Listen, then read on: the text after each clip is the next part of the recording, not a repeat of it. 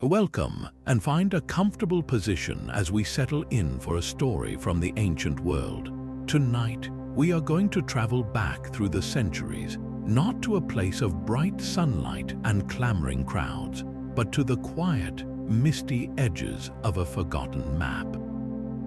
Our journey takes us to the northernmost frontier of the mighty Roman Empire, to a land of rolling green hills and deep, dark forests, a place the Romans called Britannia. It is here, shrouded in the fog of history, that one of the greatest unsolved mysteries of the ancient world quietly unfolded, a puzzle that has captivated historians and dreamers for nearly 2,000 years.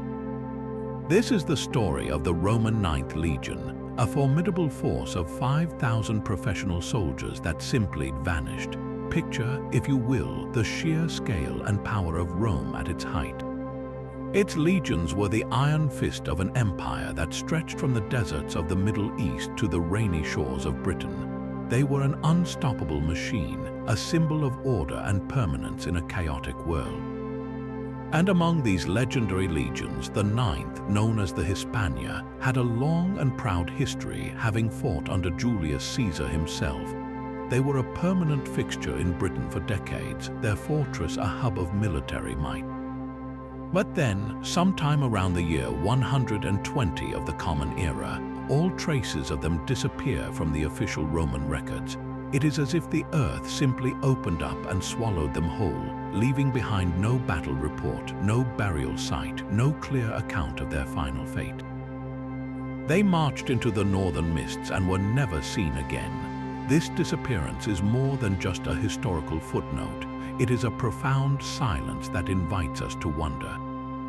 What could have happened to an entire legion? Did they meet a catastrophic end in a forgotten battle against the fierce, painted tribes of Caledonia, today's Scotland? Were they reassigned to a distant, secret war in the east, their records lost to time? Or does the truth lie in something even more mysterious? As you let your mind drift, consider the fate of those 5,000 men, their lives, their hopes, their final moments lost to the ages. This is the perfect story for sleep, a gentle mystery that allows your imagination to wander through the shadowy corridors of time, exploring possibilities without the need for concrete answers.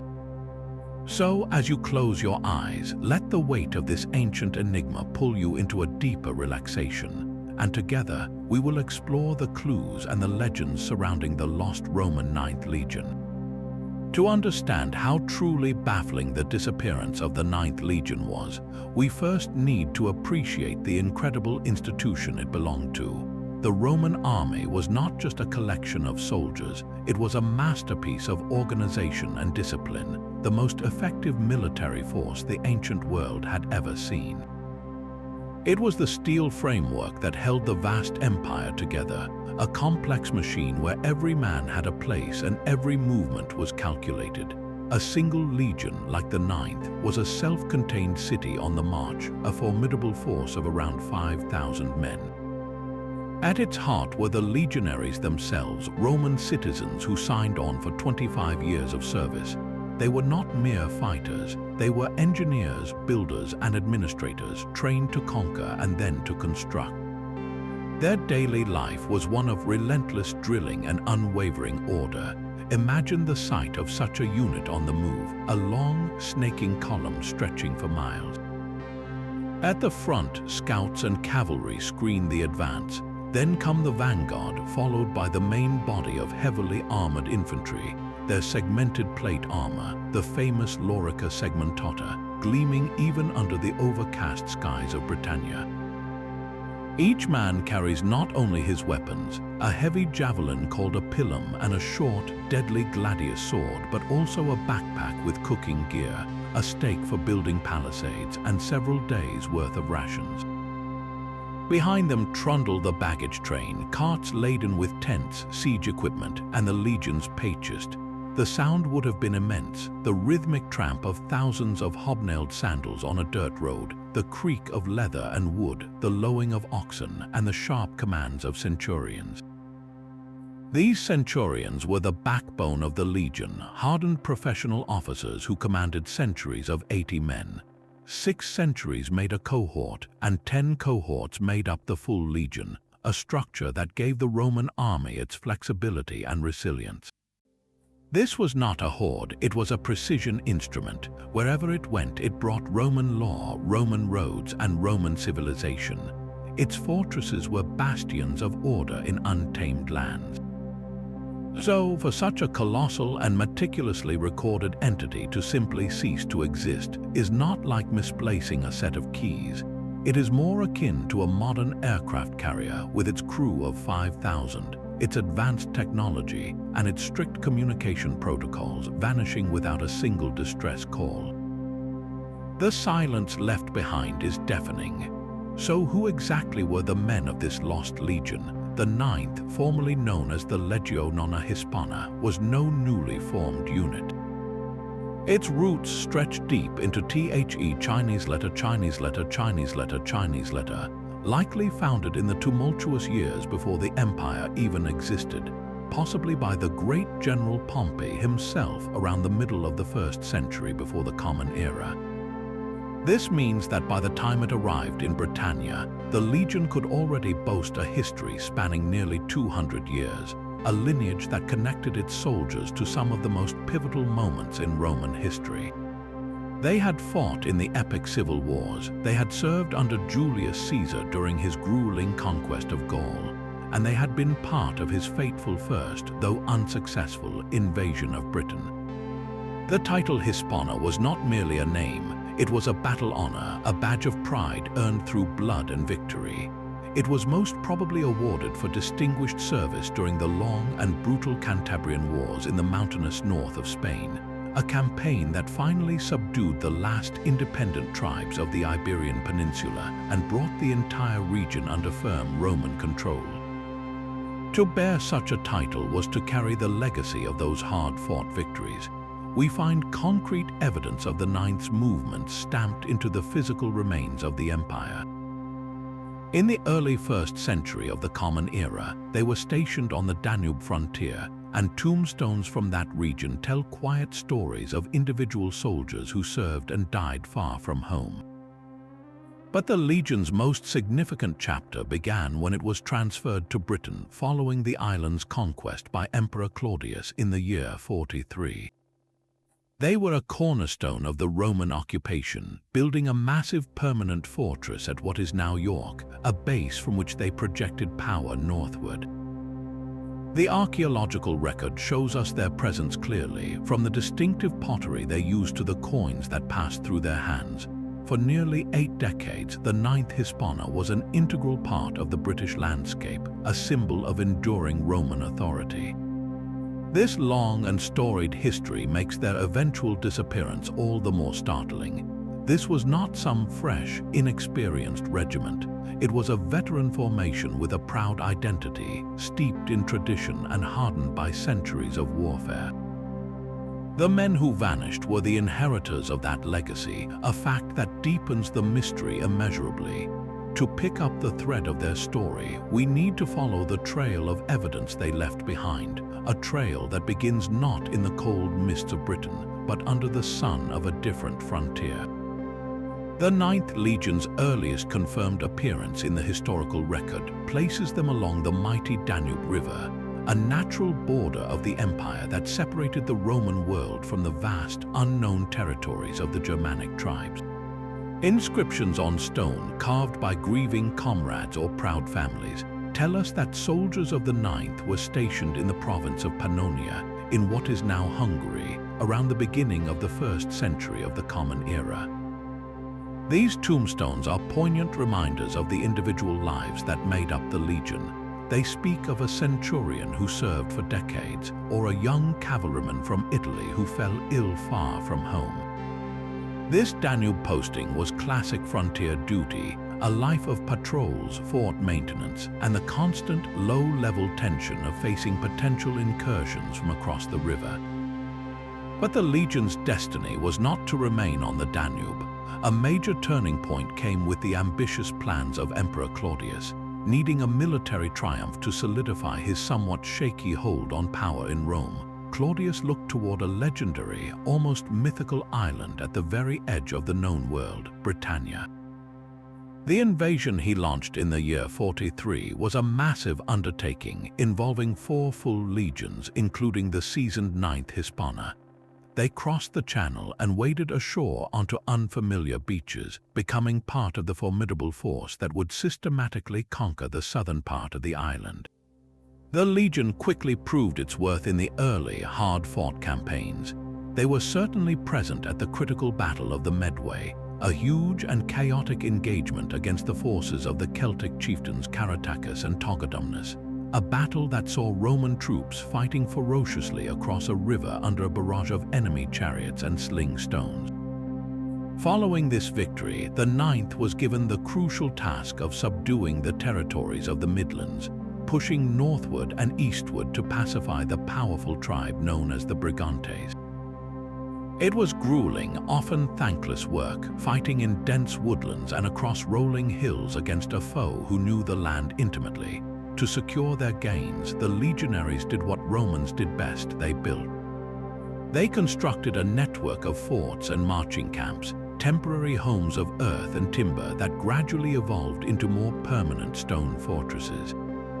Their most significant base became the city of Eboracum, what we know today as York. Established around the year 71, this fortress would be the 9th's home for the next 50 years. The archaeology of York is saturated with their presence. The distinctive layout of a Roman legionary fortress is still visible in the city's street plan today. From this powerful base, the 9th was the mailed fist of Rome in the north, a constant reminder of imperial power aimed at the still wild lands of Caledonia, the land we call Scotland. They were the guardians of a frontier, a life of routine patrols, occasional skirmishes, and the endless task of maintaining the empire's grip on a reluctant province. This long period of stable service makes the sudden break in their story, the absolute silence that follows, all the more jarring and difficult to explain. But the world of the 9th Legion was about to change dramatically. The relative stability of their long posting in York was shattered by a major rebellion that erupted in the north of Britain around the year 117.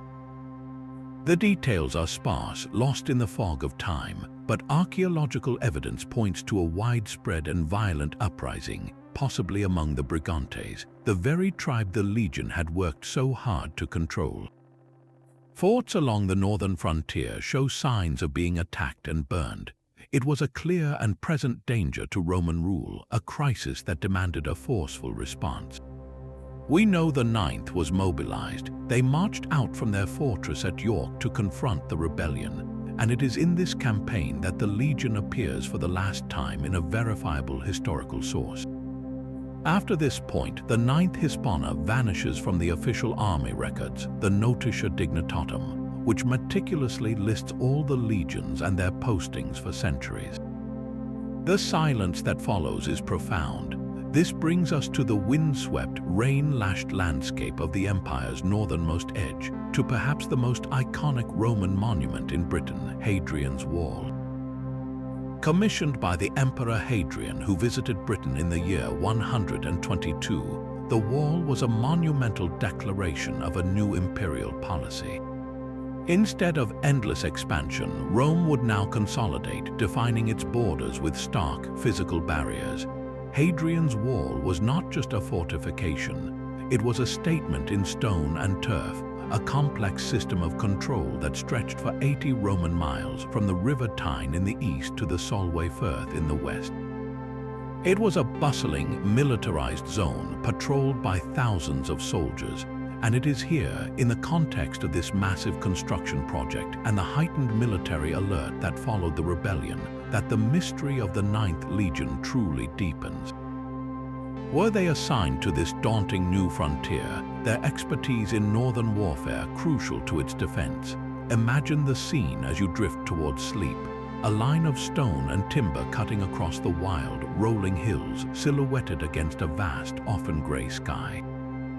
Small forts, known as mile castles, were spaced at intervals of exactly 1 Roman mile, with 2 smaller watchtowers between each one. This created a system of observation and control that was unprecedented. The soldiers stationed here, whether they were from the 9th or from the legions that certainly replaced them, lived a life of extreme discipline and often mind-numbing routine, punctuated by moments of sheer terror. Their world was one of stark contrasts. By day, they might be engaged in the back-breaking work of quarrying stone, mixing mortar, and raising the wall itself, a task for which legionaries, being trained engineers, were perfectly suited. They maintained the military road that ran behind the wall, ensuring rapid movement of troops and supplies. They practiced drills in the cramped courtyard of their mile castle, the sound of their commands echoing off the stone walls. But the true character of their existence was defined by the long, dark nights. A soldier would take his turn on the watchtower, peering into the impenetrable blackness beyond the wall, listening to the wind howl and straining to hear any sound that was not natural. Every crack of a twig, every distant animal cry, could be the signal of a raid by the Pictish tribes of the north, warriors who knew the land intimately and moved like ghosts through the terrain.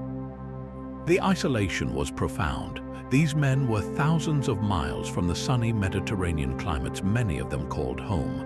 They endured damp cold that seeped into their bones, relentless wind, and a deep, persistent sense of being on the very edge of the known world, staring into the unknown. It was a posting that tested not just physical endurance but mental fortitude, a life of vigilance against a shadowy and often invisible enemy.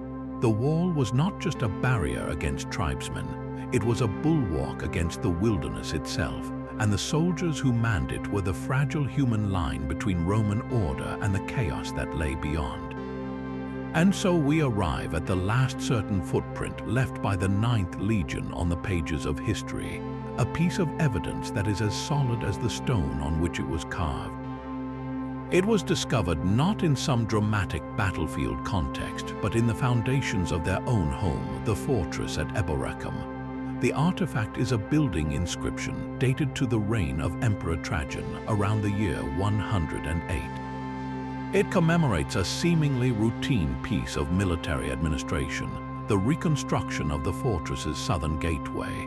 For the men of the 9th, this was just another day's work, part of the endless cycle of maintenance and improvement that kept a legionary fortress functioning. They were, after all, as much an engineering corps as a fighting force, but for us, nearly 2,000 years later, this ordinary stone tablet becomes an extraordinary anchor point.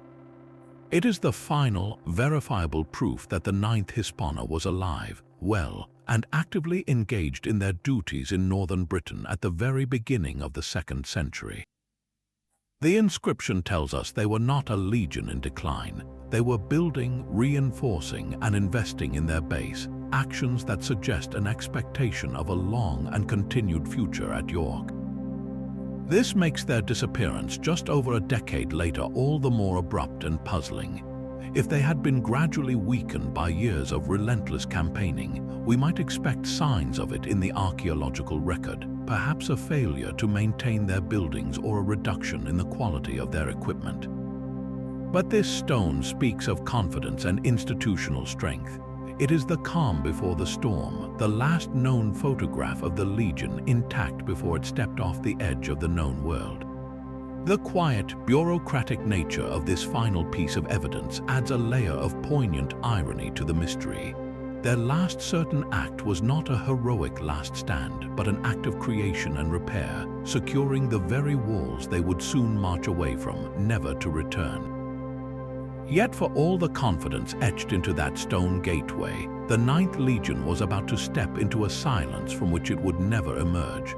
The process of realizing they were gone was not a sudden, dramatic discovery, but a slow dawning, pieced together centuries later by historians sifting through the fragmented evidence of the Roman past.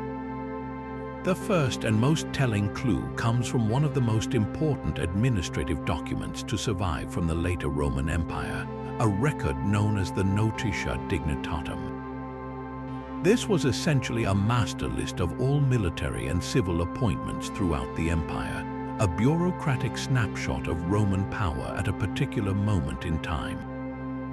The version we have was compiled around the start of the 5th century, but it draws on much older records. When scholars pore over its lists of legions, the Legio IX Hispana is conspicuously absent. Every other legion that existed alongside it in the early 2nd century is accounted for, many with histories stretching for hundreds of years more. But the 9th is simply not there. It had been scrubbed from the roster. This is not like a modern unit being decommissioned with a formal ceremony and archived records. This is a fundamental part of the imperial machine, having its very existence erased from the official record, as if it never was. The implications are staggering. For a legion to be removed from such a list, its fate must have been so complete, so final, that there was no possibility of it ever being reconstituted. The Roman army was remarkably resilient, often rebuilding legions that had suffered terrible defeats. The disappearance from the notitia suggests something far beyond a mere military reversal. This bureaucratic silence is echoed by an even more profound quietness in the archaeological record. After the year 120, the trail of the 9th Legion grows cold. Imagine archaeologists as detectives, and every piece of pottery, every coin, every inscribed stone is a clue. For decades, the 9th was a noisy presence. Its soldiers left their mark everywhere, their distinctive stamped tiles found in the walls of York, coins minted during their service discovered in excavation sites, and those personal, poignant tombstones commemorating their dead. Then, after the early 120s, the noise stops. No new inscriptions are commissioned in the legion's name. No more tiles are stamped with its proud emblem. Its soldiers cease to appear in the personal letters or official reports that have been recovered from other Roman sites. It's as if a radio signal that had been broadcasting steadily for generations suddenly goes off the air, leaving only static. This is particularly telling because the Roman army was a creature of habit and meticulous record-keeping. The arrival of a new emperor, the celebration of a victory, the construction of a new building, all were occasions for creating inscriptions. The fact that the 9th Legion produced none of these after a certain date points to one inescapable conclusion. The administrative entity that was the Legio IX Hispana had ceased to function. It was no longer there to commission stones, to pay its soldiers, or to make its mark on the world. The void it left behind is the strongest evidence we have of its fate. The silence that follows the 9th Legion's last inscription is a void that historians have been trying to fill for centuries, and the most compelling, and perhaps the most tragic, explanation is that they met a sudden and catastrophic end in the wilds of Caledonia.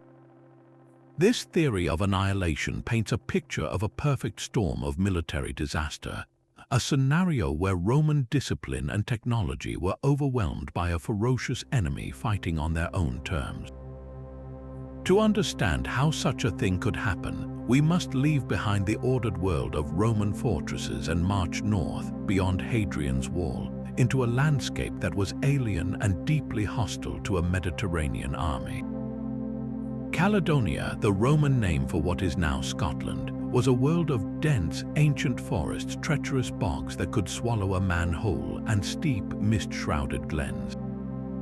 It was a terrain that neutralized the greatest strengths of the Roman legions, their ability to fight in disciplined, close-order formations, and their reliance on supply lines. Here, the rules of war were written by the land itself. The tribes of this northern wilderness, whom the Romans collectively referred to as the Caledonians or later, the Picts, were masters of this environment. They were not a unified nation but a collection of independent, warlike clans, bound by a common desire to keep the Roman invaders from their lands. They fought a style of warfare that was the complete antithesis of the Roman model. Where the legionary sought open battle, the Caledonian warrior preferred the ambush. Where the Roman relied on heavy armor and massed volleys of javelins, the Caledonian used speed, surprise, and intimate knowledge of the terrain. Their weapons were the long sword, the spear, and the distinctive small shield. They were known to charge into battle with tremendous ferocity, sometimes naked or painted with woad, a blue dye that made them appear like terrifying specters emerging from the mist. More importantly, they understood that they could not defeat a legion in a straight fight on open ground. Their strategy was one of attrition and terror, harrying supply trains, launching hit-and-run raids on isolated patrols, and fading back into the impenetrable woods before a proper response could be organized.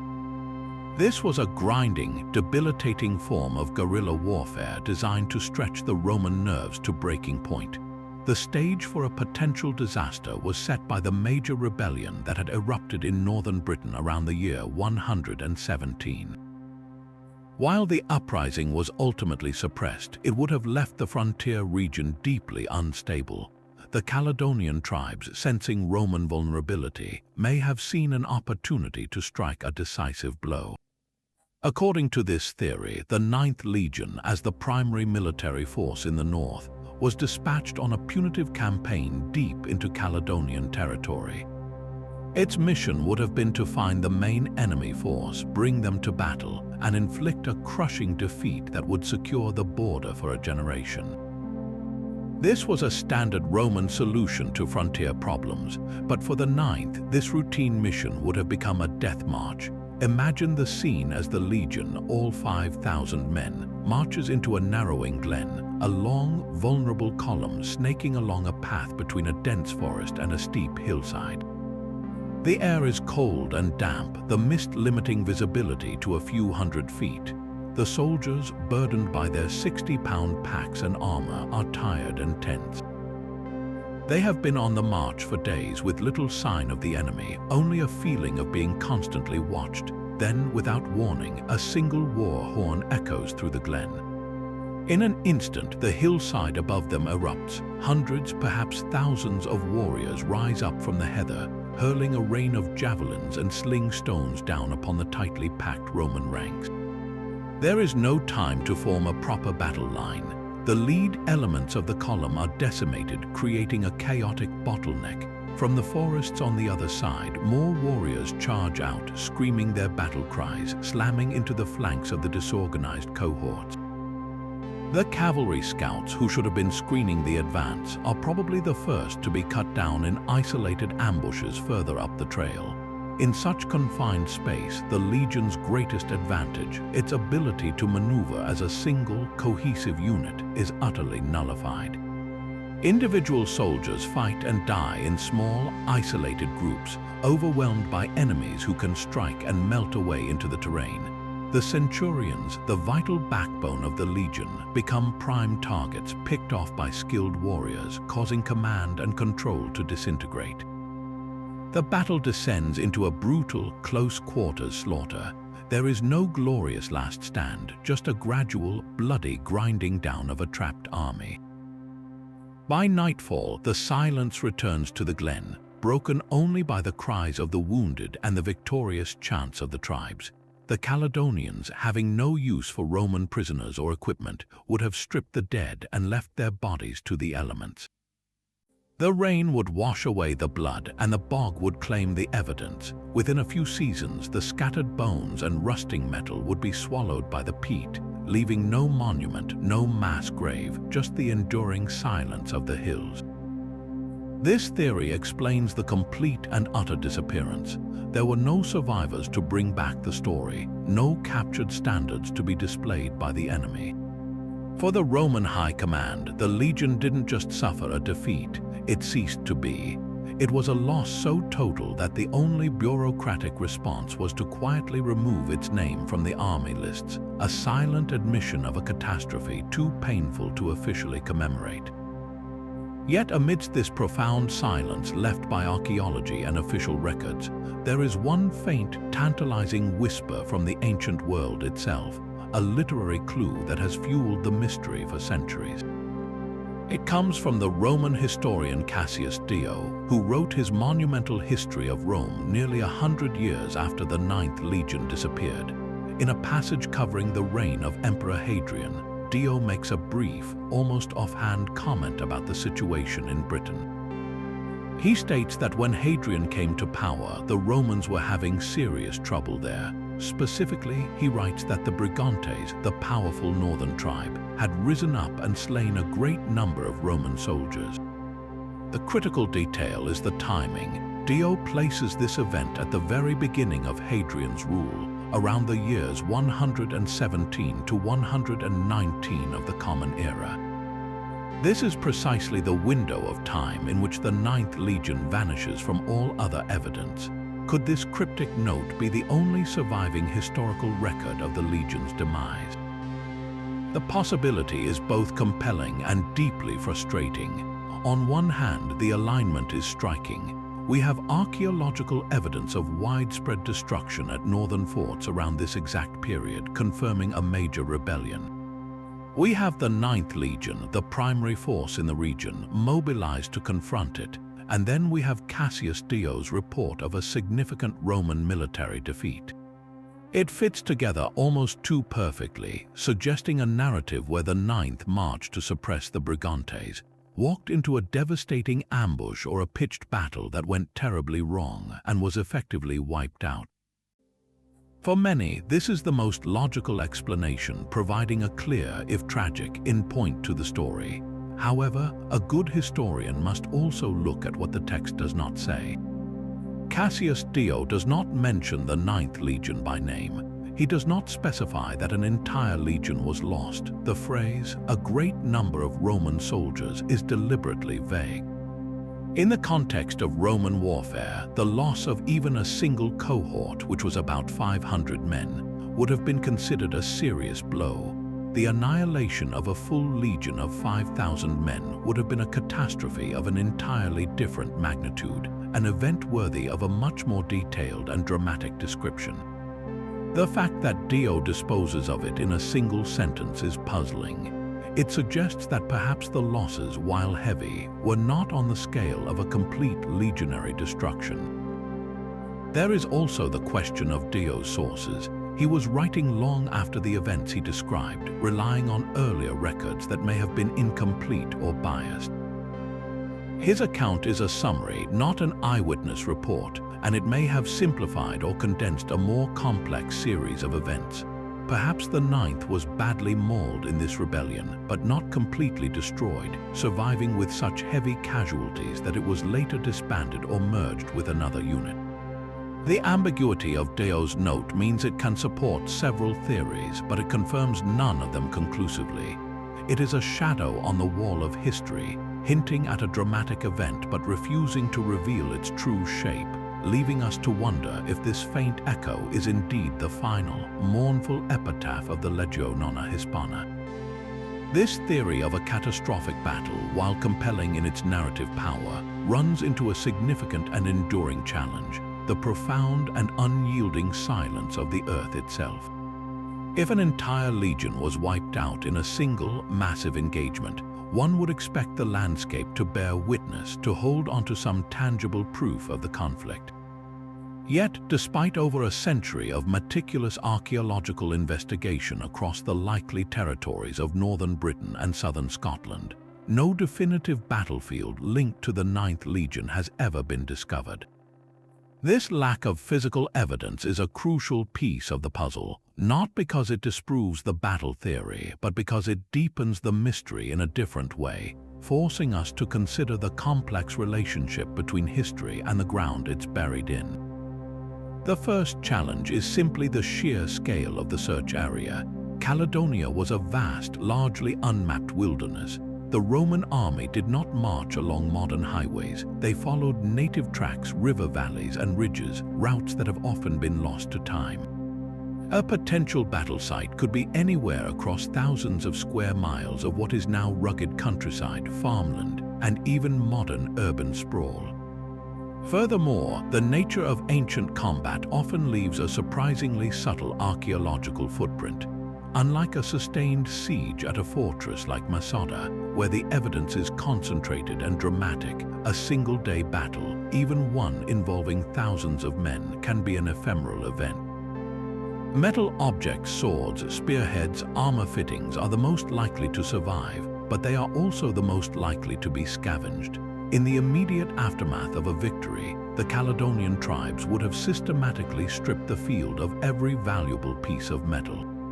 Roman armor and weapons were made of high-quality iron and brass, immensely valuable resources for a society that did not possess large-scale metalworking. Every gladius, every pilum head, every decorative helmet piece would have been collected, melted down, and reforged into tools or new weapons for the tribes. The Romans themselves, if they had eventually retaken the area, would have conducted their own recovery mission to retrieve their sacred standards and bury their dead, further clearing the site. Then there is the environment itself. Much of northern Britain is covered in peat bog, a dense, waterlogged, acidic soil that is excellent at preserving organic material like wood and leather, but is notoriously corrosive to iron.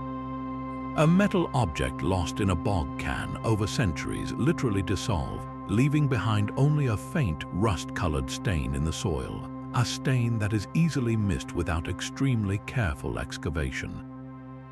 Other potential sites may have been plowed over for generations by farmers, scattering and burying any small artifacts deeper with each passing season. A Roman coin or a broken piece of a hobnailed sandal might turn up in a field, but it tells a story of passage, not necessarily of a final battle. These objects could have been lost by a scout, dropped from a supply train, or discarded during a routine march.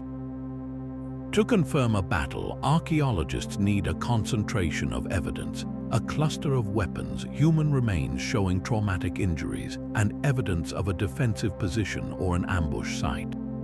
Such a combination has eluded all searches for the ninth.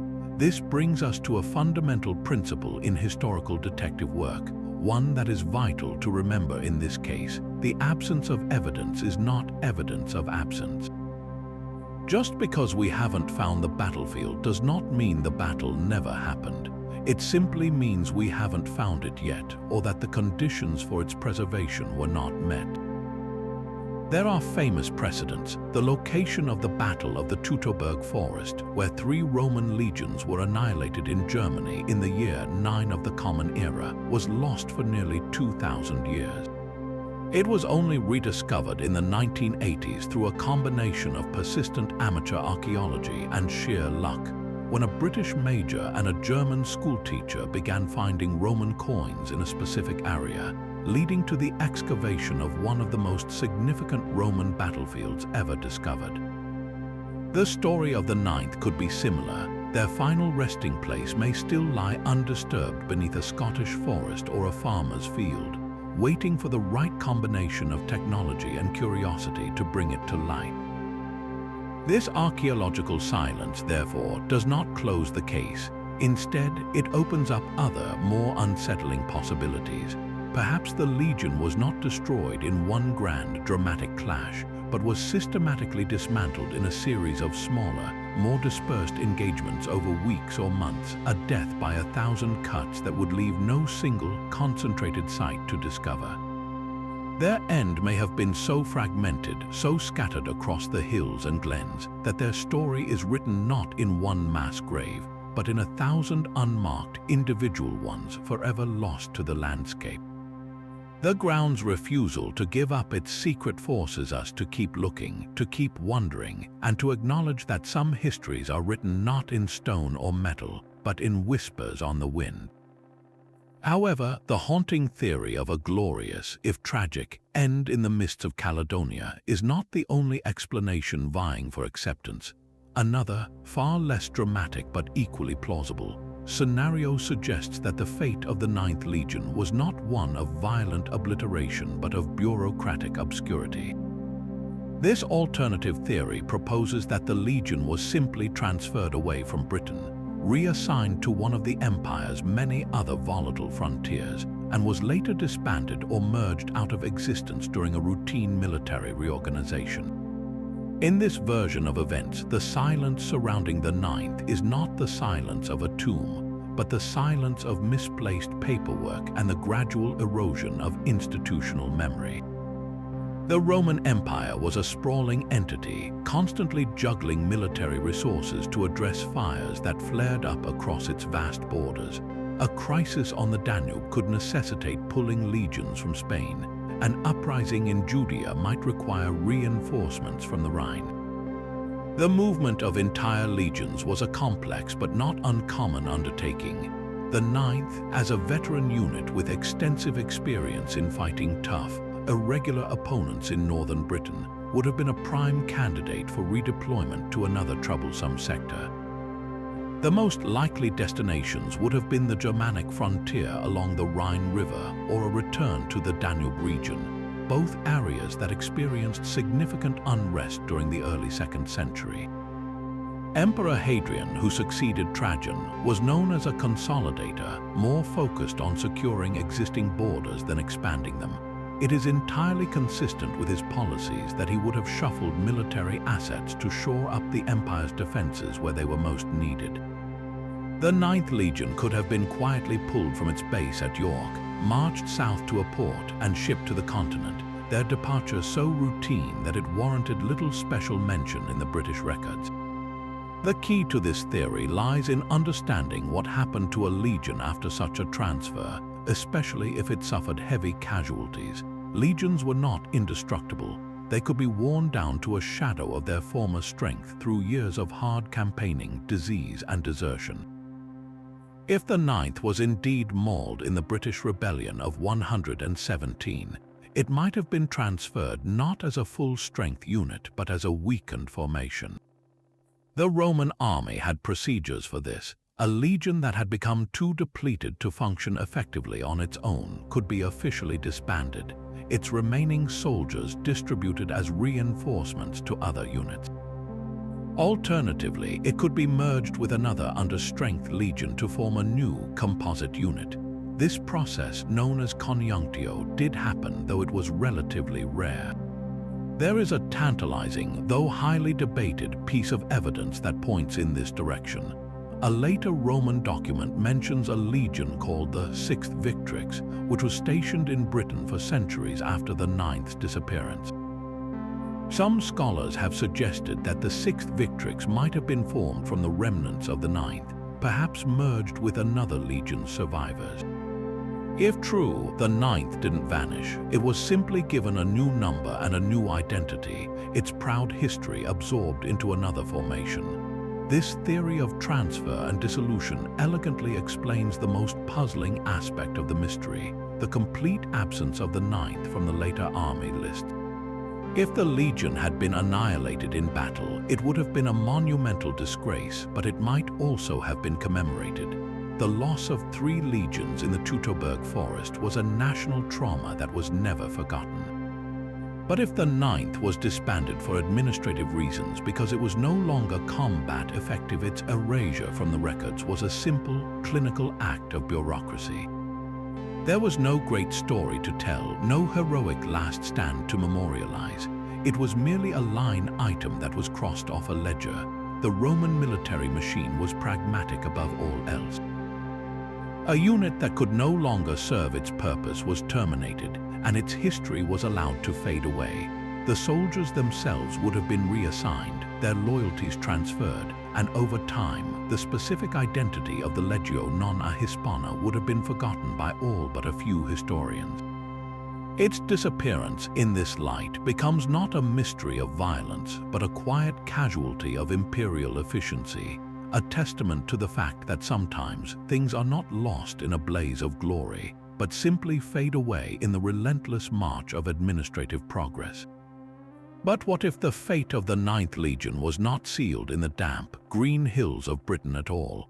Another theory, far more speculative but endlessly fascinating, suggests that the Legion's final chapter was written not in the misty north, but under the blazing sun of the Eastern Empire. This idea proposes that the 9th was transferred to the volatile frontier with the Parthian Empire or to quell a major rebellion, meeting its end in a conflict so distant that its disappearance simply went unremarked upon in the Western records. This Eastern misadventure theory offers a compelling solution to the mystery by placing the legion's destruction in a part of the world where Roman armies did, in fact, suffer catastrophic defeats, and where the chaos of war could easily explain a unit's complete and unrecorded loss. The logic for such a transfer is historically sound. The early 2nd century was a period of intense military activity in the East. Emperor Trajan, who ruled until the year 117, waged massive, ambitious wars of conquest against the Parthian Empire, Rome's great rival in the East. His campaigns pushed deep into Mesopotamia, modern-day Iraq, capturing the Parthian capital of Ctesiphon. To fuel these vast offensives, Trajan would have drawn legions from across the empire, including from provinces like Britain that were considered somewhat stabilized. A veteran legion like the IX Hispana, with its experience in harsh campaigning, would have been a valuable asset for such a grand endeavor. Even after Trajan's death and Hadrian's subsequent policy of consolidation, the eastern frontier remained a tinderbox. A huge Jewish revolt, known as the Bar Kokhba Revolt, erupted in the Roman province of Judea in the year 132. A conflict so fierce and bloody that it required the commitment of multiple legions and resulted in staggering casualties on both sides. If the Ninth had been sent east under Trajan and was still in the region during this later uprising, it could easily have been caught up in the brutal fighting. The appeal of this theory lies in the nature of warfare in the East. A Roman legion campaigning in the deserts of Mesopotamia or the rugged Judean hills faced a very different kind of enemy than the tribes of Caledonia. The Parthians fielded a powerful army built around a core of heavily armored cavalry, the cataphracts, and most famously, horse archers who could unleash clouds of arrows while staying out of reach of the slower Roman infantry. A legion caught on open ground without adequate support could be decimated by this mobile, long-range warfare. The Bar Kokhba revolt, meanwhile, was characterized by a vicious guerrilla war, with Jewish rebels using an extensive network of caves and tunnels to launch surprise attacks before disappearing into the landscape. In either scenario, the complete destruction of a Roman force was a real possibility. A legion could be ambushed and wiped out during a long march through arid territory, its remains scavenged by desert tribes and its story lost in the general chaos of a larger campaign.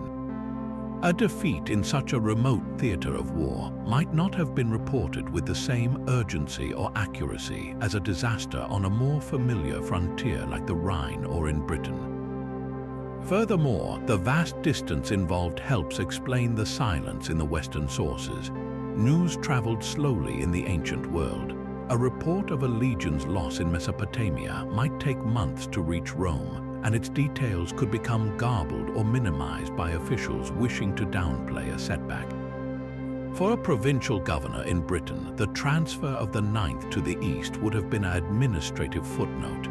Once the legion marched away from York, it was no longer his concern. Its subsequent fate, whether glorious or tragic, would have been a matter for the Eastern Military Command. If the legion was destroyed and its records were lost in the sacking of an eastern city, or simply not forwarded back to the central archives in Rome, its disappearance from the master lists becomes more understandable. It wouldn't be a cover-up, but a simple failure of communication across the immense breadth of the empire.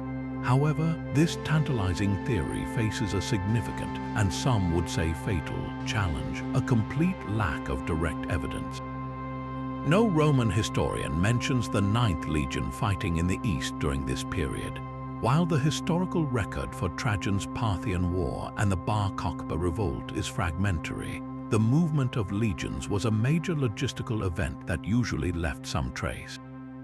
Inscriptions and diplomas from other legions that fought in these conflicts have been found confirming their presence.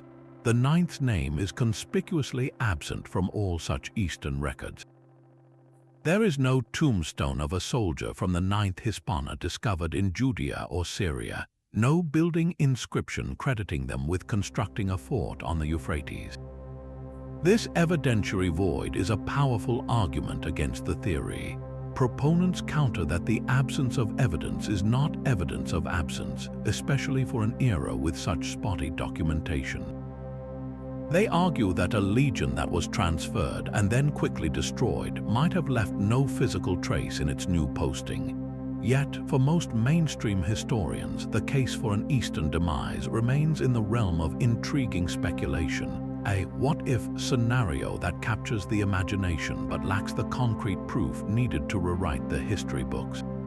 It serves as a reminder that the Roman Empire was a world of immense possibilities, and a unit could indeed vanish into its vastness, leaving behind a mystery that stretches from the rainy shores of Britain to the deserts of the rising sun. Yet the enduring power of the Ninth Legion story is measured not just in academic debates, but in its remarkable journey from a footnote in Roman history to a beloved staple of modern imagination. For countless people today, their first encounter with this ancient mystery comes not from a history book, but from the pages of a novel or from the glow of a cinema screen. The single most influential force in shaping the modern legend of the Lost Legion is undoubtedly Rosemary Sutcliffe's masterpiece of historical fiction, The Eagle of the Ninth, first published in 1954. Sutcliffe took the bare bones of the historical mystery, the Legion's disappearance, and wove around it a rich and deeply human tale of redemption and quest. Her story follows a young Roman officer named Marcus Flavius Aquila, the son of the Ninth's commander, who travels north of Hadrian's Wall into the dangerous lands of the Caledonian tribes to recover the Legion's lost symbol of honor, its bronze eagle standard, and to uncover the truth about his father's fate. The genius of Sutcliffe's novel lies in its emotional core. She transformed an archaeological puzzle into a personal journey, giving the mystery a face and a heart. Readers are not just pondering the fate of 5,000 anonymous soldiers, they are walking alongside Marcus, sharing his fear, his hope, and his determination. The book brilliantly captures the atmosphere of Roman Britain, the clash of cultures, and the haunting beauty of the northern landscape, making the past feel immediate and tangible. This powerful narrative proved so compelling that it leaped from the page to the screen, introducing the legend to entirely new generations. The story has been adapted several times, most notably into a BBC television series in the 1970s and a major Hollywood film, The Eagle, in 2011 starring Channing Tatum. These adaptations further cemented a specific and dramatic version of the legend in the public mind. The idea of the Ninth marching into the Scottish mists and being annihilated in a single, catastrophic battle. The visual medium amplified the sense of scale and tragedy. Audiences could see the gleaming helmets of the legionaries disappearing into the fog, hear the clash of swords, and feel the tension of the quest. The image of the lost eagle standard, a powerful symbol of Roman military pride, buried or hidden by the tribes, became an iconic part of the story. This cinematic portrayal, while thrilling, inevitably simplifies the complex historical debate. It favors a clear, emotionally satisfying narrative, a heroic last stand, and a son's quest for closure over the messy, uncertain truths of archaeology. For many, the Ninth Legion will always be the legion that vanished without a trace in a wild, romantic landscape, thanks largely to the enduring power of Sutcliffe's vision. This cultural phenomenon reveals something fascinating about our relationship with history. We are often drawn to the gaps in the record, the silent moments, because they provide a blank canvas for our imaginations. A fully documented event leaves little room for wonder, but a mystery like that of the Ninth Legion invites us to become participants, to fill in the blanks with our own stories, fears, and hopes. The historical truth may be fragmented and debated by scholars, but the cultural truth, the story that resonates with people, is one of loss, courage, and the relentless search for answers. The Legion's journey from an administrative anomaly to a cultural icon demonstrates how the past is not a fixed set of facts, but a living thing, constantly being retold and reimagined. The tale of the Ninth has become a modern myth, a haunting echo from the edge of the world that continues to ask us what we believe happened when 5,000 men walked into the silence. Ultimately, the story of the Ninth Legion captivates us not just because of the historical puzzle, but because of what it has come to represent. It serves as a powerful symbol of the limits of imperial power, a reminder that even the most formidable and seemingly permanent institutions are not immune to the silent erosion of time or the sudden shock of catastrophe. Think of the Roman Empire at its zenith, a colossus of order, engineering, and military might that must have seemed as if it would last for 10,000 years. Its legions were the ultimate expression of that power, the ironclad guarantee of its permanence. And yet, one of those legions, a force of 5,000 highly trained soldiers, simply ceased to be. Its disappearance whispers a profound truth about the fragility of all human endeavors. No matter how strong the walls, how disciplined the army, or how vast the bureaucracy, history is filled with silent corners where grand plans simply unravel, leaving behind questions that echo through the centuries. The Ninth Legion's fate is a monument to this uncertainty, a single, stark example of how the meticulously ordered world of Rome could simply fade into the wilderness. This enduring mystery also touches on something deeply human, our innate desire for closure and our discomfort with unanswered questions.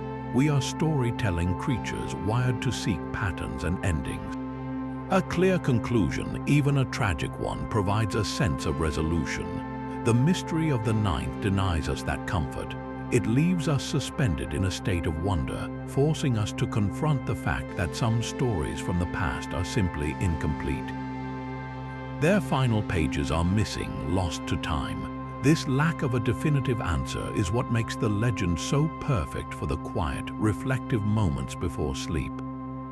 It is a gentle mystery without the urgency of a solution, a historical reverie that allows the mind to wander through possibilities without the pressure of finding the right answer. You can lie in the darkness and ponder the fate of those 5,000 men, not as a historian seeking proof, but as a fellow human being contemplating the vast, unknowable tapestry of time. Did they meet a hero's end in a forgotten glen? Were they absorbed into the fabric of a distant land? Their story becomes a canvas for our own imaginations. In many ways, the Lost Legion has transcended its historical roots to become a modern archetype, a symbol for any grand project or powerful entity that vanishes without a trace. We see echoes of the Ninth story in tales of lost civilizations, sunken ships, and expeditions that never return. It speaks to a universal anxiety about the fragility of our own complex societies and the knowledge that even our greatest achievements can be swallowed by silence. The Ninth Legion's long march into the northern mists is a hauntingly beautiful allegory for the ultimate mystery that awaits us all. It reminds us that history is not just a record of what we know, but a vast landscape of what we have forgotten. So as you drift towards sleep, let the story of the Ninth be a comforting companion in the darkness, a gentle reminder that some mysteries are not meant to be solved, but to be pondered, a quiet testament to the enduring power of the unknown. To truly understand the scope of the Ninth Legion's presence in Britain, we must move beyond the grand monuments and examine the smaller, more personal traces they left behind. Scattered across the island, from the southern coasts to the northern frontiers, are hundreds of seemingly mundane objects that speak volumes. Bricks, tiles, and pipes stamped with the Legion's distinctive mark, LEGHIS, an abbreviation for Legio IX Hispana. These stamped tiles are not battle trophies or ceremonial objects. They are the fingerprints of an industrial powerhouse. The Legion operated its own kilns and workshops, producing the very building blocks of Roman civilization. Every time we find one of these stamped tiles, it's like finding a receipt for a project completed, a building raised, a bathhouse heated. The distribution of these artifacts creates a fascinating map of the Legion's sphere of influence. They are found in concentrated numbers at their main fortress in York, of course, but they also appear at smaller auxiliary forts, at civilian settlements known as vici that grew up around military bases, and even at remote signal stations along the coast. This pattern tells a story of a legion deeply embedded in the infrastructure of the province, not just as conquerors but as builders, their economic and logistical reach extending far beyond their garrison walls. The presence of a 9th Legion tile at a small fort 50 miles from York suggests a detachment was stationed there, perhaps to oversee quarrying operations or to secure a vital stretch of road. It indicates a network of control and supply, a web of Roman power woven across the landscape. A particularly telling category of these small finds is the humble lead seal. These were small, coin-like discs of lead, stamped with the legion's name or symbol, which were used to seal official documents or to mark bags of goods like grain or nails that were the property of the legion. They were the Roman equivalent of a shipping label or a tamper-proof tag. The discovery of these seals at a site is powerful evidence of official legion business, of supplies being received or dispatched. Recently, the analysis of these seals and stamped tiles has taken a more scientific turn. Archaeologists are now using techniques like petrographic analysis, which involves studying the mineral content of the clay from which a tile was made. By comparing the clay fabric of a tile found at a remote location to the known clay sources near the Legion's main kilns at York, researchers can often confirm that the tile was indeed manufactured by the 9th and then transported to its final location. This kind of forensic archaeology allows us to trace supply lines with remarkable precision, painting a clearer picture of the Legion's logistical footprint in the years leading up to its disappearance. The story these small objects tell is one of normalcy and routine. The consistent production of these building materials right up until the very early years of the 2nd century suggests a legion going about its business, maintaining its facilities, and projecting its power through construction and industry, not just through military might. There is no sign in this evidence of a unit in distress or preparing for a sudden, desperate campaign. The kilns were firing, the tiles were being stamped, and the infrastructure was being maintained. This makes the sudden cessation of all such activity around the year 120 all the more abrupt and significant. Perhaps the most poignant of all the inscriptions are the tombstones. While the grand building inscription from York's gateway speaks for the Legion as an institution, the tombstones speak for the individual men who served within it. These carved stones, often erected by grieving comrades or family members, are frozen moments of personal loss. They tell us the soldier's name, his rank, his hometown, and the length of his service. We learn of a cavalryman from Gaul who served for 20 years, or a young recruit from Italy who died before he could earn his full citizenship. Each one is a thread in the human tapestry of the Legion. The distribution of these tombstones is also revealing. Unsurprisingly, many are found at York, but others are located at smaller forts where soldiers died while on detached duty. What becomes critically important for the mystery is the date of the most recent tombstones that can be confidently linked to the 9th Legion.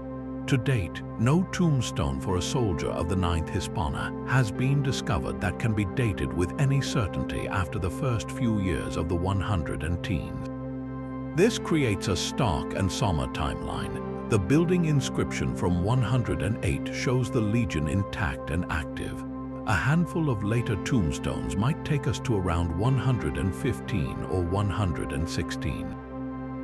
And then nothing. The absence of later tombstones is as loud as any battle cry. If the Legion had been transferred elsewhere in the Empire, we would expect to find tombstones of its soldiers in its new posting, just as we find their tombstones from their earlier service on the Danube.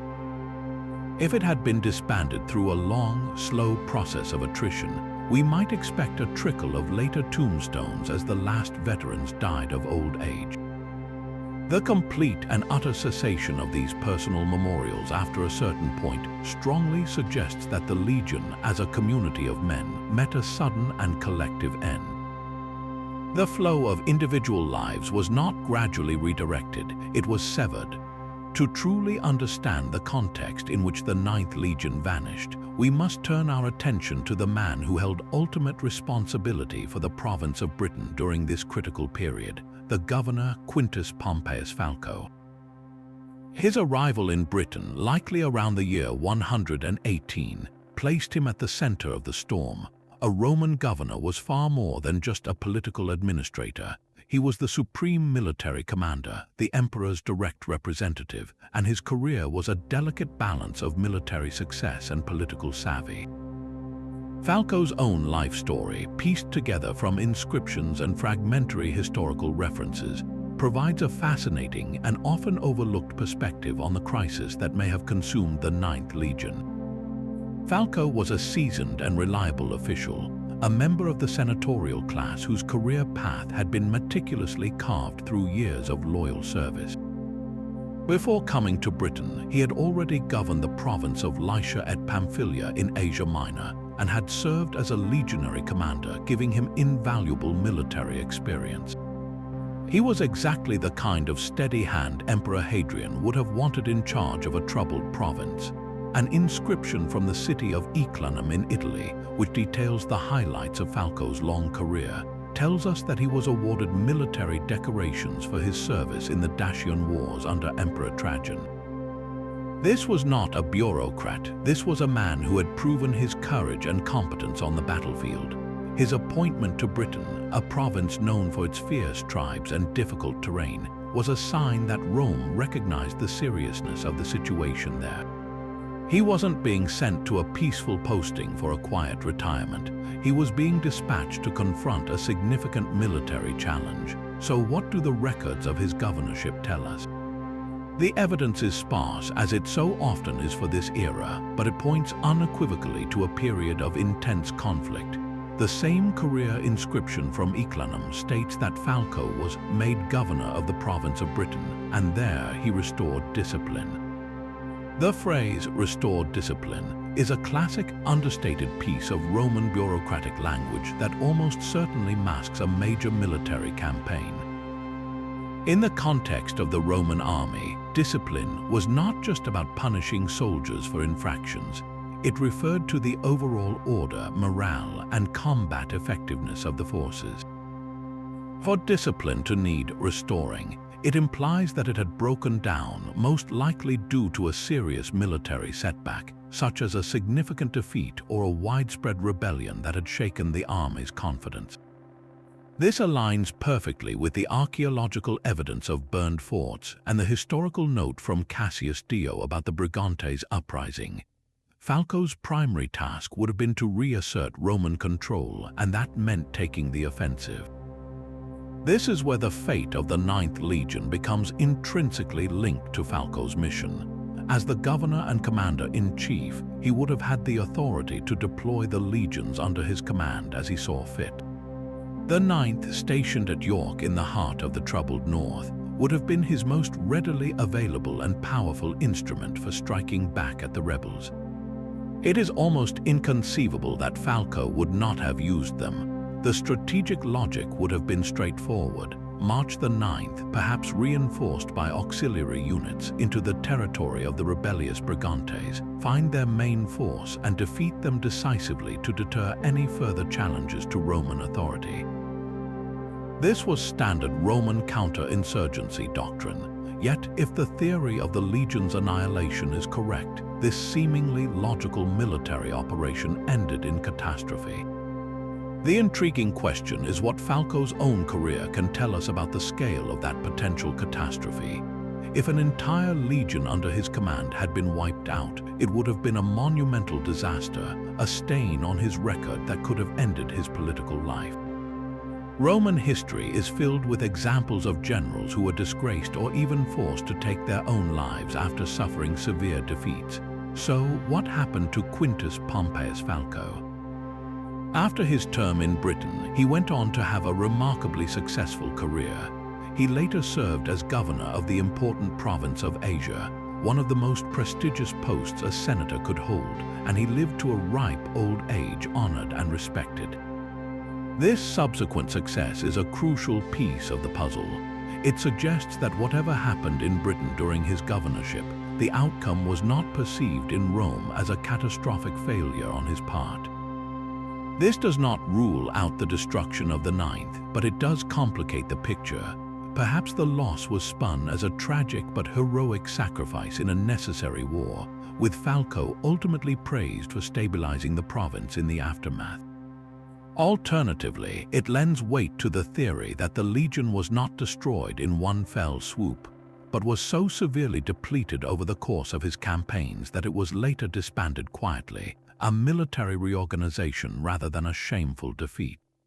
Falco's successful career after Britain hints that the truth may have been a messy, complex affair that did not fit the neat narrative of a single, glorious last stand, but rather a costly victory that ultimately allowed his successor to begin construction on Hadrian's Wall, finally bringing a fragile peace to the northern frontier. To truly comprehend the magnitude of what might have happened to the Ninth Legion, we must step away from the ordered lines of the Roman fortresses and try to see the world through the eyes of those who called this rugged land home. For the Caledonian tribes, the arrival of the legions was not the dawn of civilization, but an existential threat to a way of life as ancient as the hills themselves. Theirs was a world defined by kinship and honor, by the rhythms of the seasons and the spirits of the land. They were not a single, unified nation as Rome understood it, but a collection of proud, independent clans, each with its own chieftains and sacred sites, bound together by language, culture, and a fierce love of freedom. Their society was organized for war and celebration in equal measure. Warriors proved their valor in cattle raids and skirmishes with rival clans, while bards preserved the history of their people in epic poems sung around the fire. They lived in round houses of stone and turf, farmed the land, and herded cattle, their identity woven into the very landscape they inhabited. When the Roman army marched north, it brought with it a vision of the world that was utterly alien, a demand for absolute submission, for taxes paid in coin, for land surveyed and divided into neat, taxable parcels. To the tribes, this was not progress. It was an invasion not just of their territory, but of their soul. The motives for their resistance were as deep as the roots of the Caledonian forests. This was not merely a fight over resources, but a spiritual war for the survival of their world. The Romans saw forests as obstacles to be cleared for roads and forts. The tribes saw them as sacred groves, the dwelling places of their gods and ancestors. The Roman surveyors, with their measuring rods and maps, were imposing an abstract, foreign order onto a landscape imbued with meaning and memory. Every new fort constructed on a hilltop was a desecration of a place that might have held spiritual significance for generations. The Roman demand for hostages from noble families was not just a political tactic. It was a brutal rupture of the kinship ties that formed the bedrock of tribal society. For a warrior culture where status was earned through bravery and generosity, the Roman system, which valued obedience and bureaucratic rank, was an insult. Their resistance was a defense of everything they were. They were not primitive savages, as Roman propaganda often painted them. They were complex societies defending their sovereignty against an empire whose appetite for conquest seemed limitless. A warrior facing a legionary was not just fighting a soldier, he was fighting for his family, his chieftain, the honor of his ancestors, and the right of his children to live free in the land of their birth. If a Caledonian warband did indeed manage to ambush and destroy the Ninth Legion, the victory would have been of a scale beyond anything in their collective memory. It would not have been seen as a simple military success, but as a moment of divine intervention, a testament to the power of their gods over the foreign invader. Imagine the scene in the aftermath, the warriors, exhausted and elated, moving through the silent glen, gathering the spoils of war. The sheer quantity of high-quality Roman equipment, The gleaming helmets, the segmented armor, the sharp gladius swords, the heavy javelins would have been a treasure trove beyond imagining. But more than the material wealth, the symbolic victory would have been overwhelming. The sacred standards of the legion, the golden eagles and inscribed poles that represented the very spirit of the Roman unit, would have been the ultimate prizes.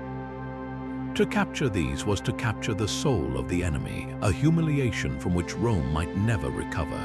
The news would have spread like wildfire from clan to clan, carried by runners and bards.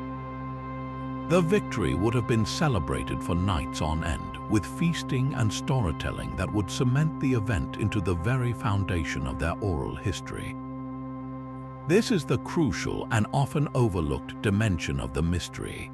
The story of the legion's destruction would not have been forgotten by the tribes. It would have become their most cherished legend, a foundational myth of resistance. For generations, bards would have sung of the great battle in the glen, of the heroes who led the charge, of the cunning of the scouts who lured the Romans into the trap. The names of the chieftains involved would have been spoken with reverence for centuries. The problem for modern historians is that this rich oral tradition was never written down. It lived and died with the storytellers. By the time the cultures of Scotland began to record their own histories centuries later, the specific details of a single battle, even one of such magnitude, had likely been absorbed into a more generalized folklore of fighting the Romans.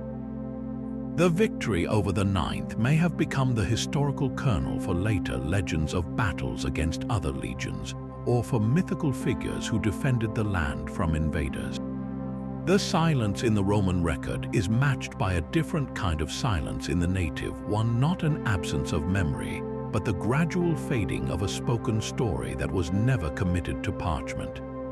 The triumph that echoed through the hills for generations eventually faded to a whisper, leaving only the wind in the same glens where the legion may have made its last stand. To understand the profound disgrace that the loss of a legion represented, we must first appreciate the sacred object at the heart of its identity, the aquila or eagle standard. This was far more than a simple flag or a piece of military regalia. It was the literal soul of the legion, an object of near religious veneration. Crafted from gold or silver with outstretched wings, the eagle was perched atop a long pole, often accompanied by other standards bearing medallions and awards. But the eagle was supreme. It was the very first thing a new legion would receive upon its formation, and its loss was considered a catastrophe of such magnitude that it could shatter the morale of the entire army and bring shame upon Rome itself. The eagle was the legion's touchstone with the gods, particularly Jupiter, the king of the Roman pantheon. Before a battle, sacrifices would be made before the standards. In camp, they were housed in a special shrine, guarded day and night. The eagle-bearer, the aquilifer, was one of the most respected and courageous soldiers in the legion, chosen for his strength and valor. His duty was not just to carry the standard, but to protect it with his life. To lose the eagle in combat was to lose the legion's honor, its divine favor, and its very reason for being. It was an event so humiliating that the legion might be disbanded in disgrace, its name struck from the records as if it had never existed. This brings us to the haunting question at the center of our mystery. What became of the eagle of the Ninth Legion? If the legion was indeed annihilated, the fate of its sacred standard would have been the final, crushing chapter of their story. In the immediate aftermath of a victorious battle, the Caledonian tribes would have seen the captured eagle as the ultimate prize. It represented not just a treasure of gold and silver, but the tangible proof of their triumph over the seemingly invincible power of Rome. We can imagine it being paraded through their settlements, a symbol of their god's superiority, a trophy that would cement the power and prestige of the chieftain who masterminded the victory. It might have been placed in a sacred grove or a chieftain's hall, an object of awe and reverence for generations. Alternatively, in the raw chaos of the battlefield, its significance might not have been fully understood. It could have been stripped of its precious metals and melted down, the golden eagle transformed into torques and arm rings for warriors, its form lost forever but its material wealth distributed among the victors. The capture of the eagle would have been a story told and retold, a central part of the tribe's oral history, though one that has long since faded from memory. Yet there is another, more tantalizing possibility, one that has fueled the imaginations of historians and novelists alike. Perhaps the eagle was not captured at all. In the final, desperate moments of a battle gone horribly wrong, the Aquilifer, recognizing the inevitability of defeat, might have made a last heroic effort to save the legion's honor. His duty was to protect the eagle, and if he could not carry it to victory, his final act would be to deny it to the enemy. He could have broken the standard from its pole and buried it hastily in the mud, or hidden it in a crevice among the rocks, or thrown it into a deep, dark loch. This single act would transform the story from one of pure loss to one of tragic sacrifice. The eagle would not be a trophy in an enemy's hand, but a secret sleeping in the land itself, waiting to be rediscovered.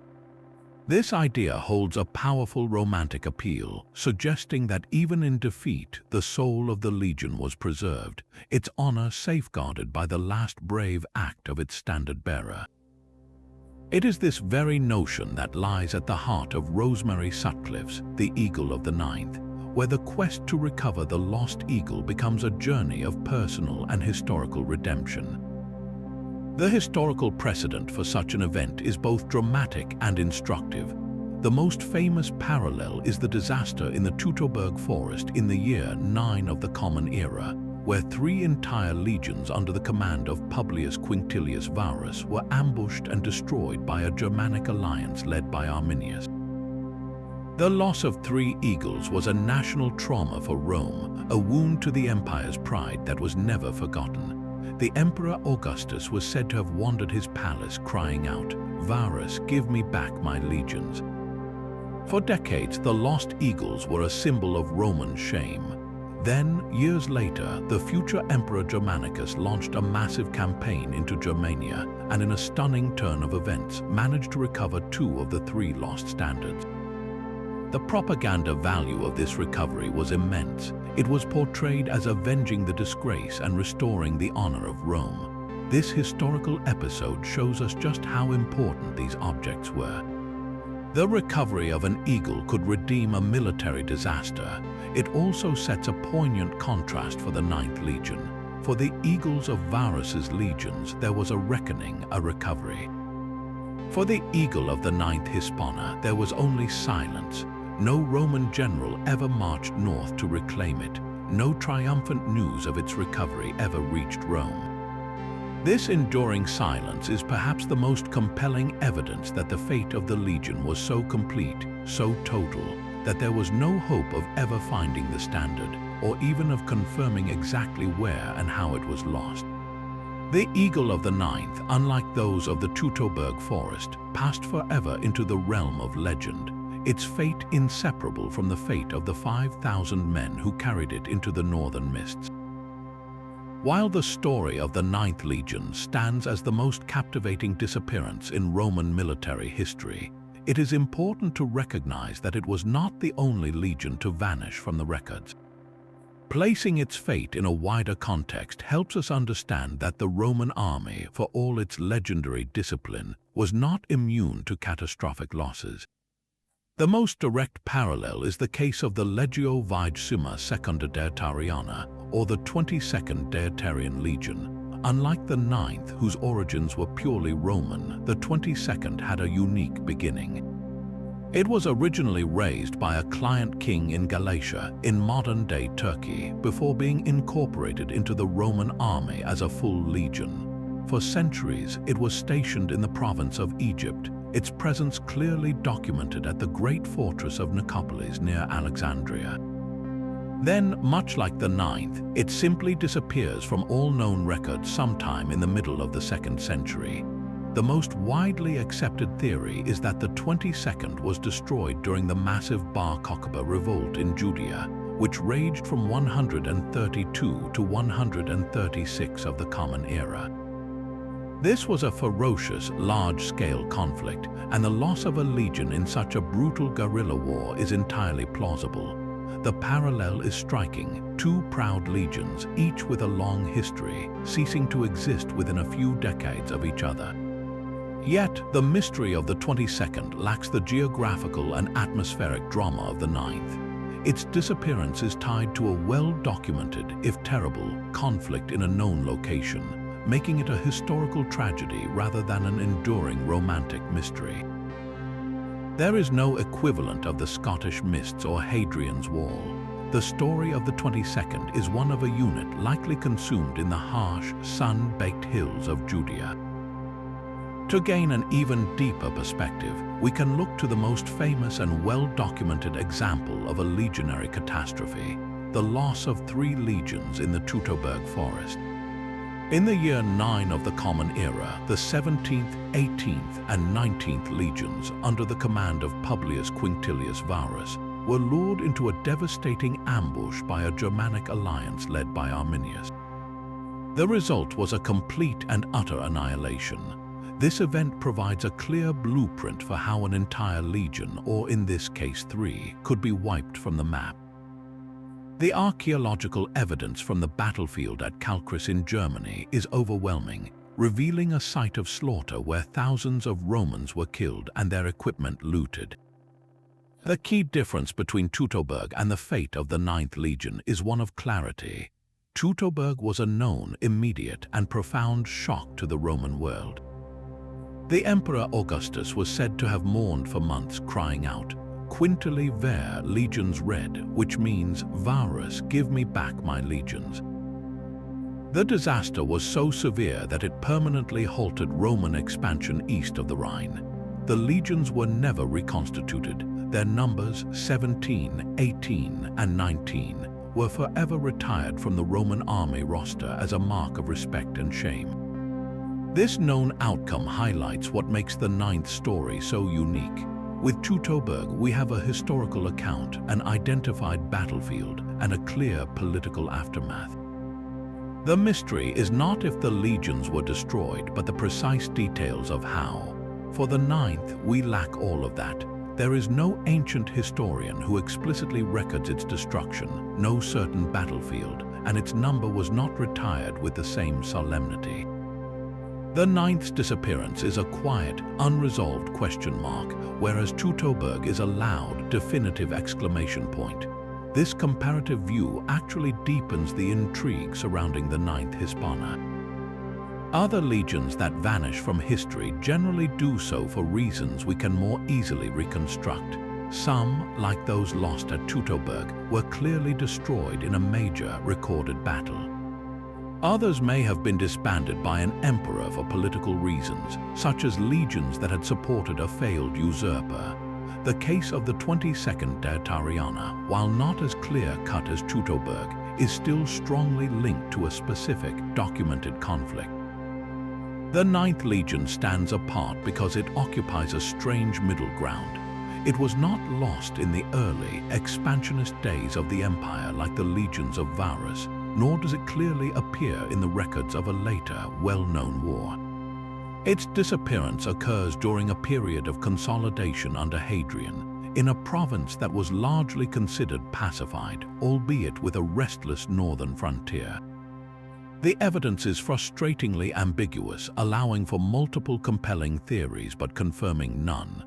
This lack of a clear, parallel case is what grants the 9th Legion its enduring power. It is not just a story of military loss, it is a historical ghost story, a puzzle where the most fundamental pieces are missing. The fates of other legions provide a framework for understanding the possibilities, but they ultimately underscore that the 9th's vanishing act is in a category of its own, a silent enigma that continues to haunt the borderlands between history and legend.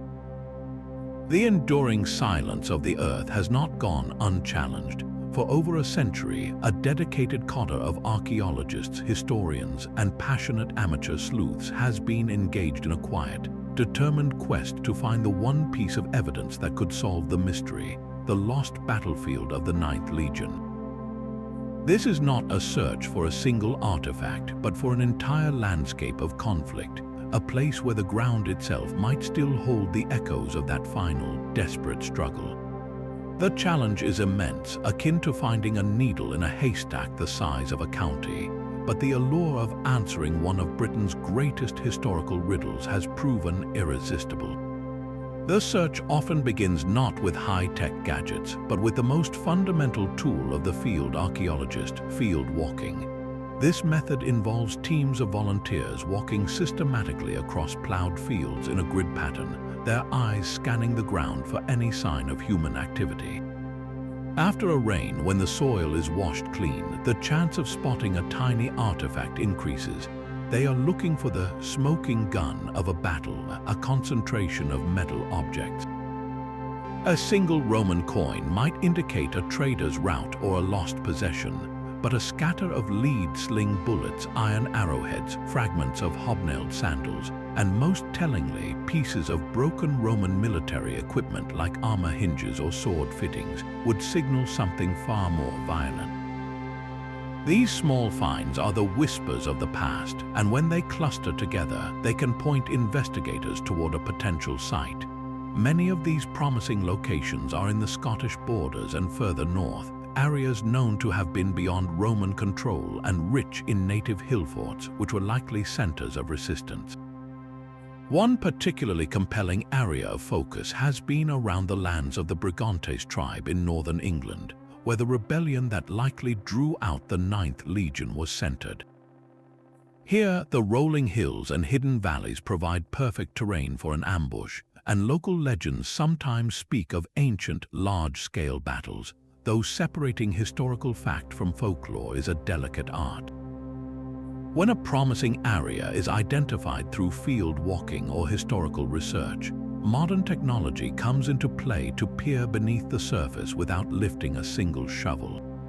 Ground-penetrating radar, or GPR, has become an invaluable tool in this non-invasive arsenal. This technique involves dragging a small cart equipped with radar antennas over the ground. The antennas send high-frequency radio pulses into the earth, which bounce back when they hit variations in the soil, such as buried walls, ditches, or pits. A computer then translates these reflections into a detailed map of the subsurface. In the context of searching for a battlefield, GPR could potentially reveal the ghostly outlines of a temporary Roman marching camp, the defensive ditches they always dug, or even large, irregular pits that might be mass graves. Another key technology is magnetometry. This device measures tiny variations in the Earth's magnetic field caused by disturbed soil or fired materials. The intense heat of a large fire, like that of a burned supply wagon or a cremation pyre, can permanently alter the magnetic properties of the soil, leaving a detectable signature.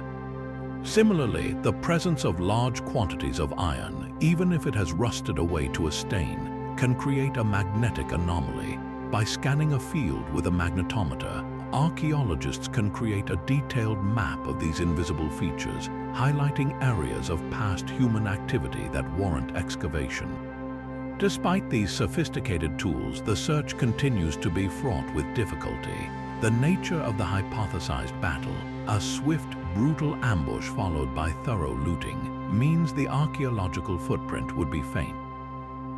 The victorious tribes would have taken every usable piece of metal, and the bodies of the fallen, left exposed to the elements and scavengers, would have been scattered and their bones dispersed.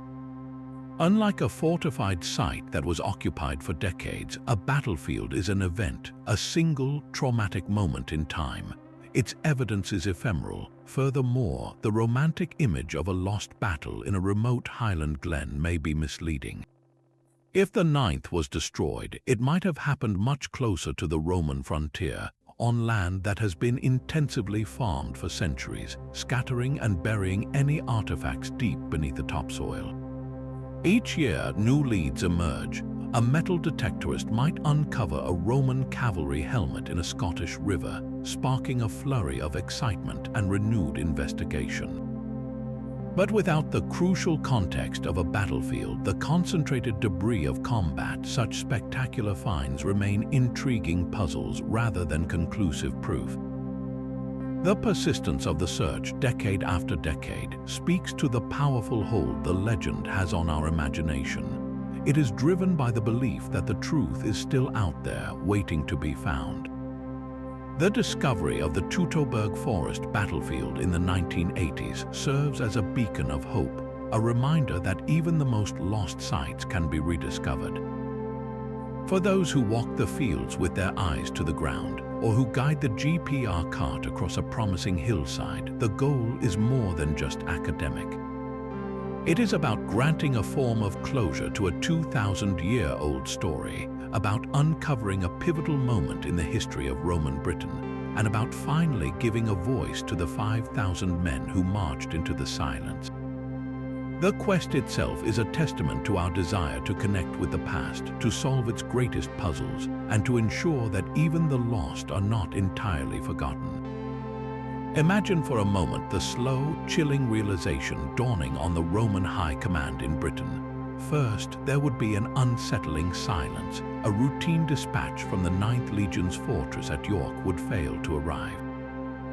Then another, scouts sent to investigate, would return with uneasy reports of an abandoned headquarters, its gates standing open, the usual bustle of 5,000 men replaced by an eerie quiet. The news would travel up the chain of command, from local centurions to the camp prefect, and finally to the governor Quintus Pompeius Falco. The initial assumption would be a simple communications breakdown, a temporary disruption. But as days turned into weeks with no sign of the Legion, no word from its commander, and no credible sightings of its long column on any of the northern roads, a cold, horrifying dread would begin to take root. The unthinkable was starting to look like the only possible explanation. An entire legion, a cornerstone of the provincial garrison, had simply ceased to exist. The psychological shockwave of such a loss, even if the imperial administration tried to suppress the news, would have been profound and far-reaching.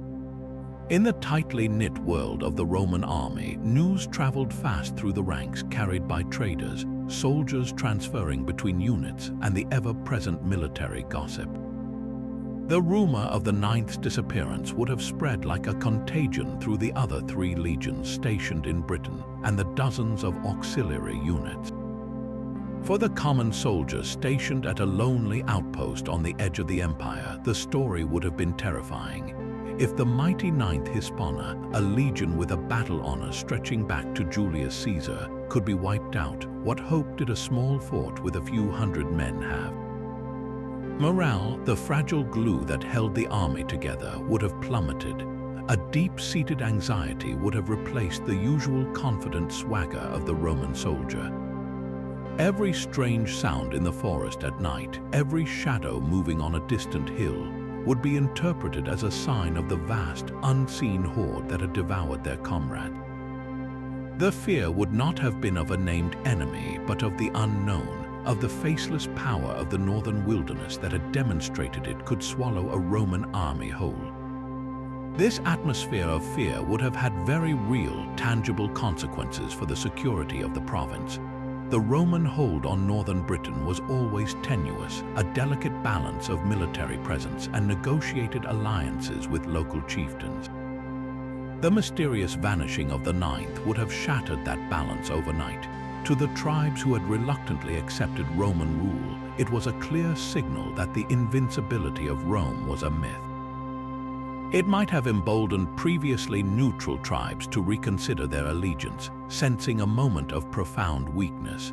For the tribes already hostile to Rome, like the recalcitrant Brigantes or the fierce Caledonians to the north, it would have been a triumphant vindication of their resistance, proof that their gods were stronger and their warriors more capable.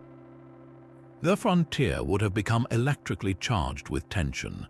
The Romans, gripped by fear, would have become more aggressive and suspicious, likely launching punitive raids against any tribe they perceived as a threat, which would only fuel further resentment and rebellion.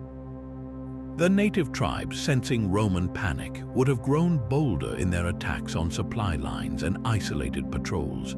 The entire northern sector of the province would have teetered on the brink of a general uprising, all sparked by the psychological shock of a single, unexplained catastrophe. When news of this crisis finally reached Emperor Hadrian in Rome, the political and strategic implications would have been immense. Hadrian was a pragmatist, a man who had inherited an empire stretched to its limits by the conquests of his predecessor, Trajan. He was already inclined toward a policy of consolidation rather than expansion. The disaster in Britain, whether it was the complete loss of the Ninth or its effective destruction as a fighting force, would have served as a brutal object lesson in the dangers of overextension. It confirmed his deepest suspicions about the fragility of Rome's borders. His response, therefore, was not to be one of reckless vengeance, sending another legion on a punitive expedition deep into the trackless lands of Caledonia would have risked a second disaster. Instead, Hadrian's reaction was a masterpiece of strategic pragmatism and psychological warfare. He would give the army and the province not a new offensive, but a symbol of permanent, unyielding defense. He would build a wall. The construction of Hadrian's Wall, begun in the year 122, was far more than a simple military fortification. It was a massive psychological and political statement, a direct response to the trauma represented by the loss of the Ninth Legion. For the terrified soldiers on the frontier, the wall was a tangible reassurance. It was a clear, solid line defining where the Roman world ended and the chaos began. It provided a defensible position, a barrier behind which they could feel safe. The very act of building it, the immense logistical effort of quarrying stone, moving legions, and constructing mile castles would have restored a sense of purpose and control to a demoralized army. For the native tribes, the wall sent an equally powerful message. It was not a declaration of intent to conquer the north, but a declaration of permanence. It said, "We are here to stay, and we will go no further." It was a boundary that, while defensive, also served as a formidable tool of control, regulating trade and movement and demonstrating Rome's ability to reshape the very landscape to its will. In this light, Hadrian's Wall can be seen as the empire's lasting monument to the lost Ninth Legion. It was the physical embodiment of a lesson learned the hard way, a permanent scar on the land marking the spot where Roman ambition finally met its match and where the empire decided to draw a line both on the map and in its own collective mind. Let's retrace the steps of this story, not as a frantic search for answers, but as a gentle walk along a well-marked path. We begin not in the mists of Britain, but centuries earlier, in the final turbulent decades of the Roman Republic. Sometime around the year 60 before the Common Era, the legion was likely called into existence, perhaps by the great general Pompey the Great, to fight in his campaigns. This means that by the time our mystery unfolds, the Ninth Hispania was already an old, established institution, a veteran of the Republic's dying days. Its soldiers would have fought in the epic civil wars that saw the fall of the old system and the rise of the empire under Augustus. They were there at the birth of a new world order. Our first solid glimpse of them comes from the Danube frontier in the early years of the first century of the Common Era. Inscriptions on stone from the province of Pannonia, in what is now Hungary, tell us that soldiers of the Ninth were stationed there, guarding the empire's border against Germanic tribes. These tombstones are quiet, personal moments frozen in time, marking the lives of individual men who served and died far from Italy. Then, a major shift. In the year 43, the Emperor Claudius, seeking a military triumph to secure his power, launched the full-scale invasion of Britannia. The Ninth was one of the 4 legions chosen for this formidable task, crossing the Channel to a land that was, for Romans, a place of legend and danger. They fought in the crucial early battles like the chaotic crossing of the River Medway, and were then given the arduous job of pacifying the Midlands and the North, facing the powerful Brigantes tribe. To secure their hold, they built. Around the year 71, they established their permanent base at Eboracum, the city we know as York. For the next 4 decades, this fortress was their home. The archaeological record from York is rich with their presence, their distinctive stamped tiles, their coins, the remains of their barracks and headquarters. This was a long period of relative stability, of routine patrols and garrison duty. The last certain, datable evidence we have of the legion's existence comes from this very fortress. It is a stone inscription dated to the reign of Emperor Trajan, around the year 108. It records a simple administrative act, the reconstruction of the fortress's southern gateway.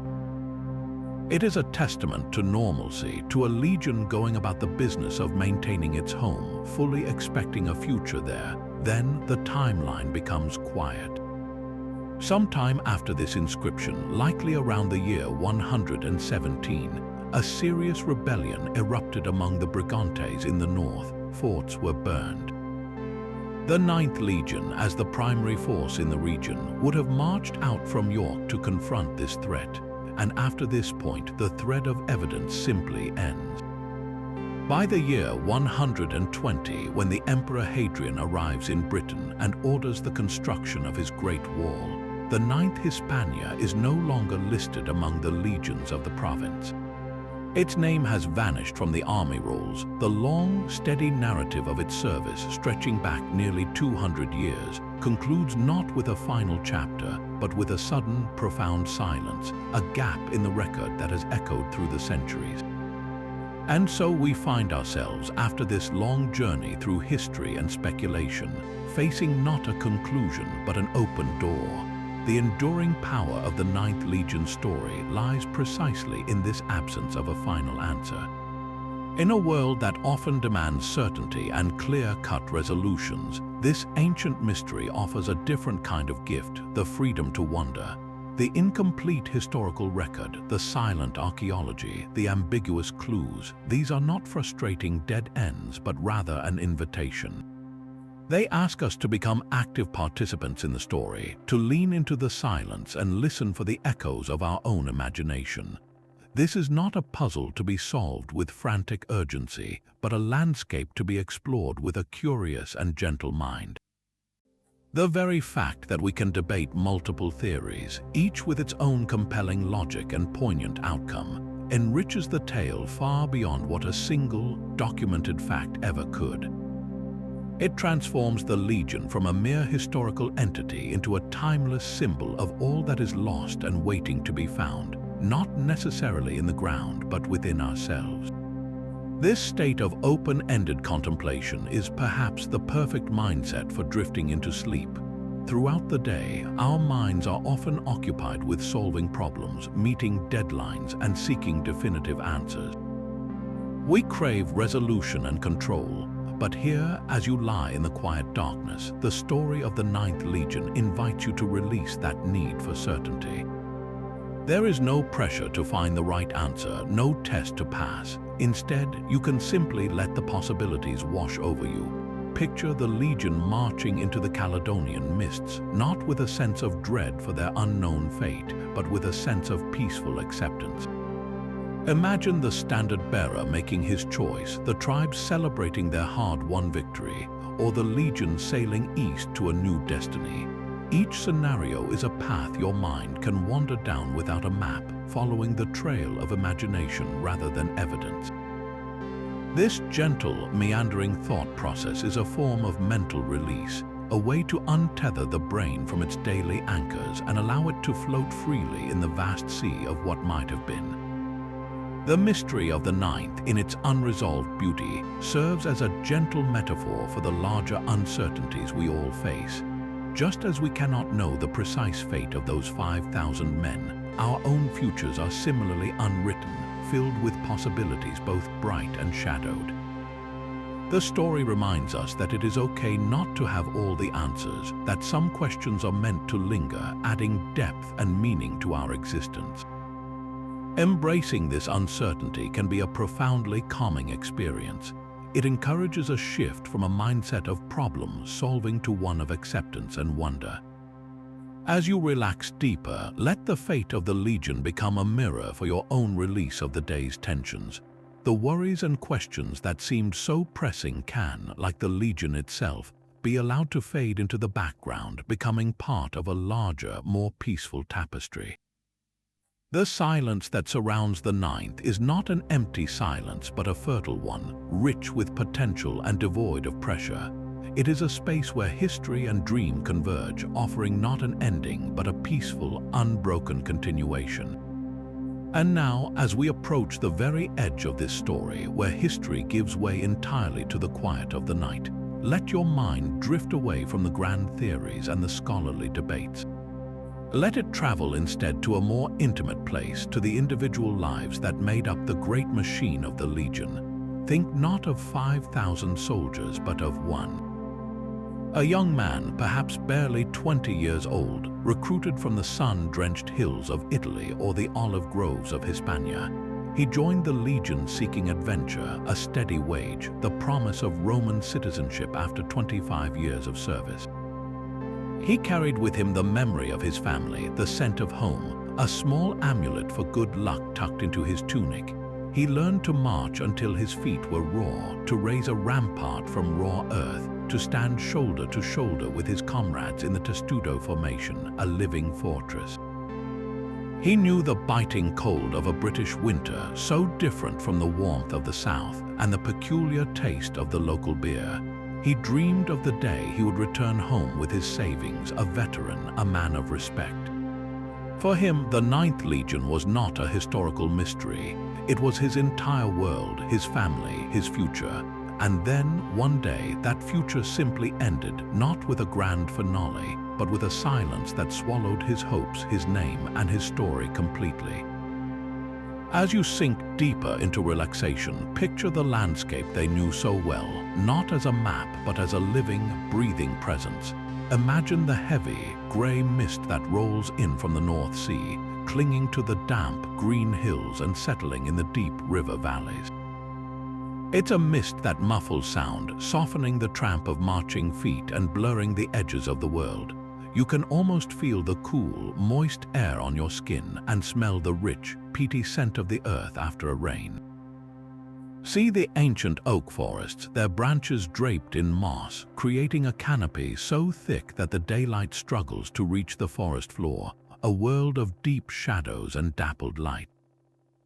This was the land they marched through, a place of profound and ancient beauty that must have felt both alien and awe-inspiring to men from the Mediterranean. In this quiet, misty expanse, the line between the real and the imagined begins to blur. The stories the local tribes told of spirits in the trees and gods in the rivers might have started to feel less like superstition and more like a possible truth. The land itself becomes a character in this story, not just a backdrop. It is a patient, enduring presence that watched the Legion arrive, witnessed its passing, and then slowly, over centuries, reclaimed every trace of their presence, weaving the mystery of their fate into the very fabric of the hills. Now, let that same gentle silence, the one that has hung over this mystery for 2,000 years, settle over your own thoughts. The need for an answer, for a final, definitive solution, can gently melt away. There is a profound peace to be found in accepting the unknown. The fate of the Ninth Legion is not a problem to be solved tonight, but a story to be felt. It is a reminder that the past is not a sealed book, but a vast, echoing hall where some voices speak clearly and others are heard only as the faintest of whispers. Those 5,000 whispers are still there, carried on the wind that sighs through the heather on the Scottish moors, or in the soft gurgle of a stream near Hadrian's Wall. They ask for no monument, no grand conclusion. They simply are, a permanent part of the landscape's quiet memory. So, as sleep draws near, allow your breathing to slow and match the quiet, steady rhythm of this ancient land. Let the weight of the mystery become not a burden, but a soft blanket pulling you down into a deep and restful peace where history and dreams finally become one. And so, the story of the Ninth Legion remains, as it has for nearly 2,000 years, a beautiful and unresolved question. We have followed their footsteps from the sun-baked plains of their founding to the misty frontiers of Britannia, only to see them fade into the silence of the northern hills. Whether they met a heroic end in a forgotten battle, were quietly dissolved by the empire's bureaucracy, or marched away to a distant fate, their disappearance stands as a timeless reminder of history's quiet corners where the full story is lost to the ages. This gentle mystery is not a problem to be solved, but a space for our imaginations to wander, a perfect companion for the quiet of the night. We thank you deeply for joining us on this journey into the past, for lending your imagination to the fate of those 5,000 souls. May the echoes of their story and the peaceful silence that surrounds it carry you into a deep and restorative sleep. Let the weight of the past be a comfort, not a burden, as you drift into dreams. Good night, and may your rest be as peaceful as the ancient hills themselves.